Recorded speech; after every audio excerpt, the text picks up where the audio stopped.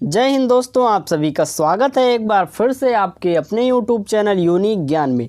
आज हम BA fourth semester का हिस्ट्री सिलेबस डिस्कस करेंगे कि हमें कौन कौन सा वंश इसमें पढ़ना है और किस प्रकार से कौन कौन से टॉपिक्स को पढ़ना है और कितने यूनिट्स हैं हमारे history syllabus BA fourth semester में।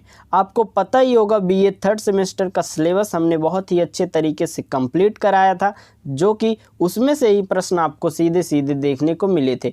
इसलिए अगर आप चैनल पर नए हैं तो चैनल सब्सक्राइब कर लीजिए, जिससे फोर्थ सेमेस्टर की सभी क्लासेस आप तक पहुंच सकें। तो चलिए देखते हैं क्या क्या पढ़ना है हमें हिस्ट्री सिलेबस में। आपका टाइटल है हिस्ट्री का बीए फोर्थ सेमेस्टर में political history of south India.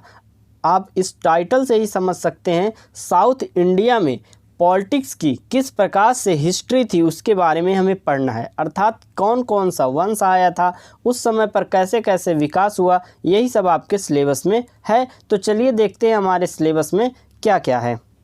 तो चलिए देखते हैं BA second year fourth semester का हिस्ट्री का सिलेबस, जिसका टाइटल है political history of south India 100 AD to 1300 AD तक हमें इसमें पढ़ना है, जिसका कोर्स कोड है A15041T या हम बोल सकते हैं A1504001T। इसका कोर्स कोड है जिसमें मैक्सिमम मार्क्स 100 के होंगे। तो चलिए देखते हैं इसमें हमें क्या क्या पढ़ना है। फर्स्ट यूनिट में हमें क्या पढ़ना है, सोर्स ऑफ स्टडी, अध्ययन के स्रोत क्या हैं, मतलब हिस्ट्री हमें किस प्रकार से किस स्रोतों से पढ़ना चाहिए, उसके स्रोतों के बारे में हमें पढ़ना है पहले यूनिट में। दूसरे यूनिट में हमें पढ़ना है political structure in Sangam literature, political structure in Sangam literature अर्थात संगम साहित्य में राजनीतिक संरचना जो है हमें उसके बारे में पढ़ना है। हिंदी में आप लिख भी सकते हैं साथ ही साथ, जिससे लगभग जगह आप देखेंगे आपको इंग्लिश में ही इसका सिलेबस देखने को मिलेगा। संगम साहित्य में राजनीतिक संरचना हमें पढ़नी है। और पल्लव डायनेस्टी, जिसका अर्थ है पल्लव वंश के बारे में हमें पढ़ना है। राष्ट्रकूट डायनेस्टी अर्थात राष्ट्रकूट वंश, चालुक्य ऑफ वातापी, वातापी के चालुक्यों के बारे में पढ़ना है तीसरे यूनिट में। चौथे में हमें पढ़ना है चालुक्य ऑफ वेंगी, वेंगी के चालुक्यों के बारे में पढ़ना है, अर्थात वेंगी में रहने वाले चालुक्यों के बारे में पूरा हमें पढ़ना है।